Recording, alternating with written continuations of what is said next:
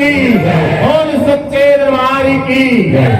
यहाँ पर समस्त माता बहनें, हमारे प्रिय लोग, सबके चरणों में धर्म सम्राट युग चेतना पुरुष परमहंस योगीराज श्री शक्ति पुत्र जी महाराज के चरणों में कोटि कोटि चंदन प्रणाम करते हैं।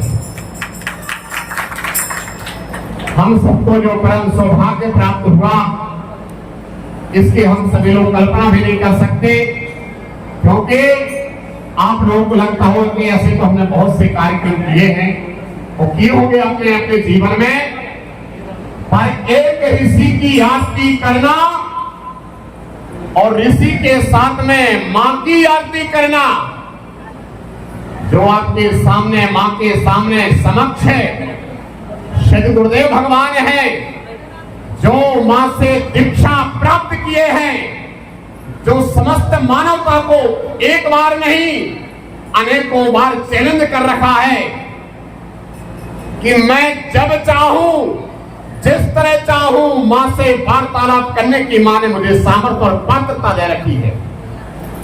और उसी पात्रता को बढ़ाने के लिए भगवती मानव कल्याण संगठन का श्री गुरुदेव भगवान ने गठन किया।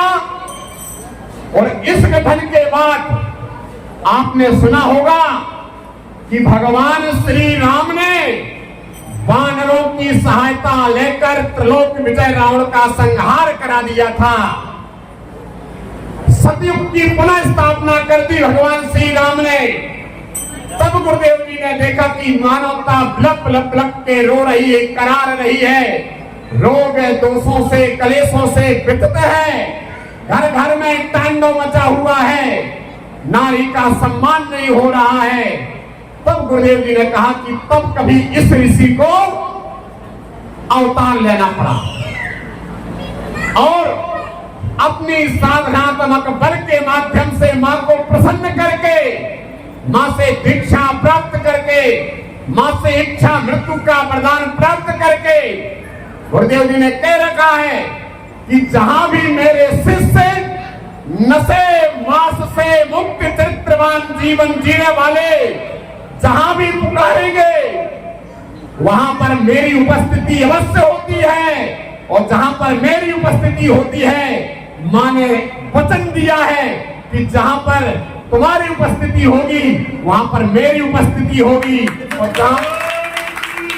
और जहां पर मां की उपस्थिति होती है, शास्त्रों में हमने सभी लोगों ने सुना है, अखिल ब्रह्मांड के देवी देवताओं की वहां उपस्थिति होती ही होती है। क्योंकि गुरुदेव जी ने कहा है और हमारे ऋषि मुनि गुरुजन कहते आए हैं, वेद पुराण कहते आए हैं, जब जब इस पृथ्वी पर नारी का सनातन धर्म की क्षति हुई है, तब तब माताएं बहनों ने ही कार्य संभाला है।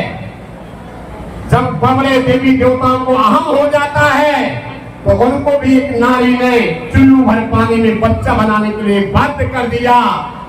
जब जब इस पृथ्वी पर रावण जैसे अत्याचार पैदा हो जाता है, तो माता भगवती सीता ने अपना ही हरण करा के और राम जी के अंदर की अखंड ऊर्जा को भर के राक्षसों का नरसंहार करा दिया। वह नारी ही कर सकती हमारे भारत देश की सनातन की। जब द्रोणाचार्य अस्तुस्थामा दानवीर कर्ण द्रोणाचार्य जैसे, गंगा पुत्र भीष्म जैसे अनेकों महान तपस्वी पैदा हो गए द्वापर युग में, उनका नरसंहार करना संभव था। तब एक नारी ने अपना चिर हरण करा के उन पांडवों के अंदर इतनी ऊर्जा एनर्जी भरती को उनका संहार करना सुनिश्चित कर दिया गया। उसी प्रकार इस कलिकाल में जहां कहते स्त्री नाम पूज्यन्ते रमन्ते तत्र देवता, गुरुदेव जी कहते, हमारे वेद पुराण कहते आए हैं, जब जब माता बहनों का सम्मान नहीं होता है, तब तब किसी न किसी अंश अवतार में, किसी न किसी चेतना अंश को मां की कृपा से अवतरण लेना पड़ता है।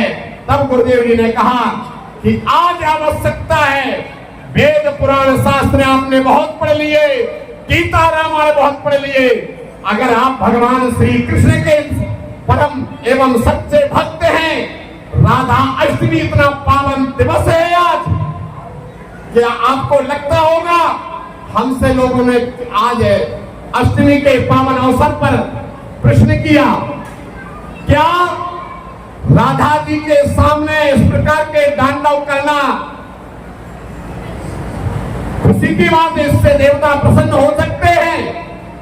एक बहुत ही संपन्न परिवार ने मुझसे प्रश्न किया, पंडित जी मेरी व्यथा रोती है जब कोई भगवान के सामने नित्य उल्टे सीधे करता है, बताइए आपके इसमें क्या विचार हैं?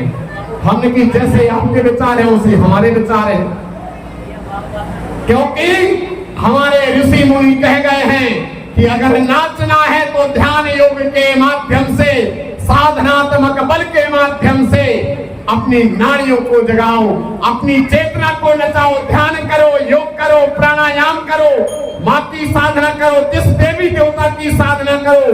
घर से जब भी निकलो इतनी अखंड ऊर्जा लेकर निकलो कि अगर किसी के ऊपर आपकी दृष्टि पड़ जाए तो उसे माँ का आशीर्वाद प्राप्त हो जाए, क्योंकि आप शिव और शक्ति के स्वरूप हो। यह हमारे वेद पुराण बताते हैं। वह शक्ति हमको अर्जन करना है, वह तपस्या अर्जन करना है। इसी क्रम के लिए गुरुदेव जी ने 20 लाख परिवारों को नशा मुक्त किया अपने साधनात्मक बल से।